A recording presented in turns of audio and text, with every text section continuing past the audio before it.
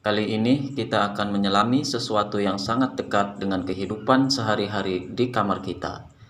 Tapi kita tidak akan membahas tentang dekorasi atau desain interior, melainkan kita akan mengeksplorasi apa yang bisa diceritakan oleh kamar yang berantakan tentang kesehatan mental kita.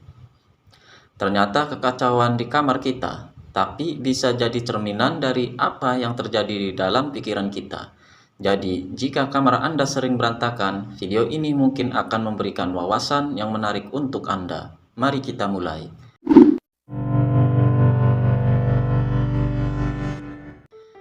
1. Tingkat stres yang tinggi. Langkah pertama dalam memahami sisi psikologis di balik kamar yang berantakan adalah menyadari hubungan antara kekacauan dan stres.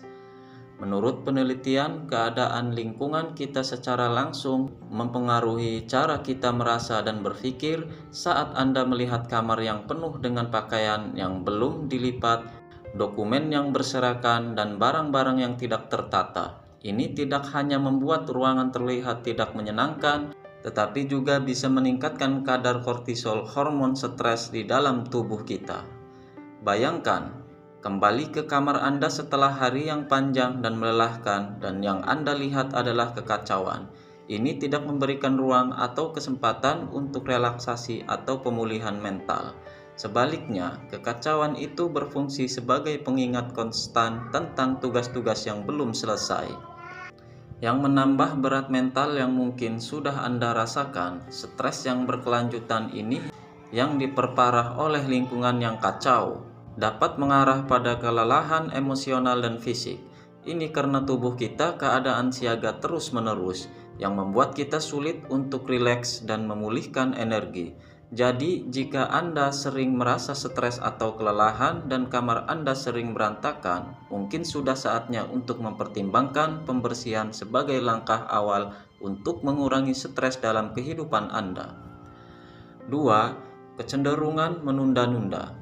Poin kedua yang kita bahas adalah hubungan antara kamar yang berantakan dan kecenderungan untuk menunda-nunda, atau yang sering kita sebut procrastination. Ternyata keadaan ruangan fisik kita menjadi cerminan langsung dari keadaan mental kita, terutama dalam hal menangani tugas-tugas. Ketika seseorang memiliki banyak barang yang berserakan di sekitar mereka, seringkali ini bukan hanya karena kurangnya ruang penyimpanan atau waktu untuk membereskan, tapi bisa juga menjadi indikator bahwa mereka mengalami kesulitan dalam mengelola waktu dan prioritas. Barang-barang yang belum tertata ini mungkin mewakili proyek yang tertunda, tugas-tugas yang belum selesai, atau keputusan yang belum diambil. Menunda-nunda tidak hanya membuat kamar berantakan lebih lama, tapi juga menumpuk tekanan mental karena daftar tugas yang terus bertambah.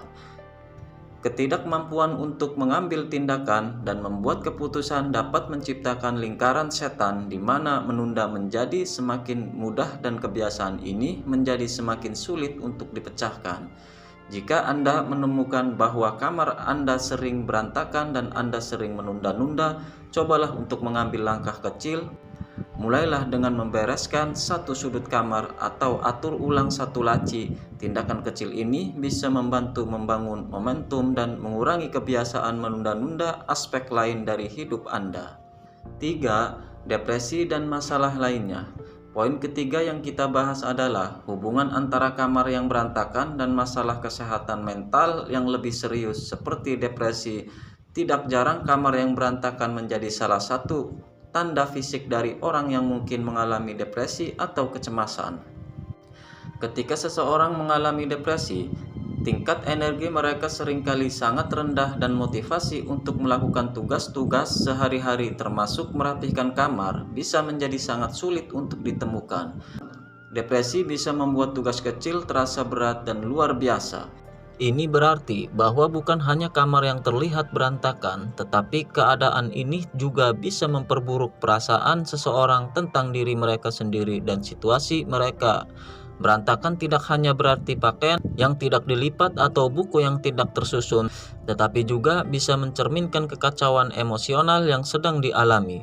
Lebih dari itu, lingkungan yang berantakan bisa menciptakan siklus negatif, di mana kekacauan fisik memperkuat perasaan negatif yang kemudian membuat individu tersebut merasa lebih sulit untuk mengambil tindakan terhadap kekacauan tersebut.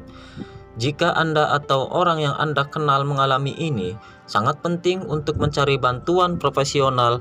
Psikolog atau terapis bisa memberikan dukungan dan strategi untuk mengatasi depresi serta membantu dalam mengelola tugas-tugas sehari-hari seperti merapikan kamar. Inilah yang bisa mencerminkan dan bahkan mempengaruhi sisi psikologis kita dari meningkatnya stres. Tanda-tanda depresi, rendahnya kepuasan hidup, hingga pengaruhnya terhadap fokus dan produktivitas. Kita sudah jelas bahwa keadaan lingkungan kita memiliki dampak yang besar terhadap kesehatan mental dan kesejahteraan kita. Video ini membuat Anda berpikir tentang kondisi kamar atau ruang kerja Anda. Mungkin ini adalah saat yang tepat untuk memulai membuat perubahan. Ingat, tidak perlu melakukan semuanya sekaligus. Mulailah dengan langkah-langkah kecil dan secara bertahap Anda akan merasakan perbedaan dalam suasana hati dan produktivitas Anda. Terima kasih.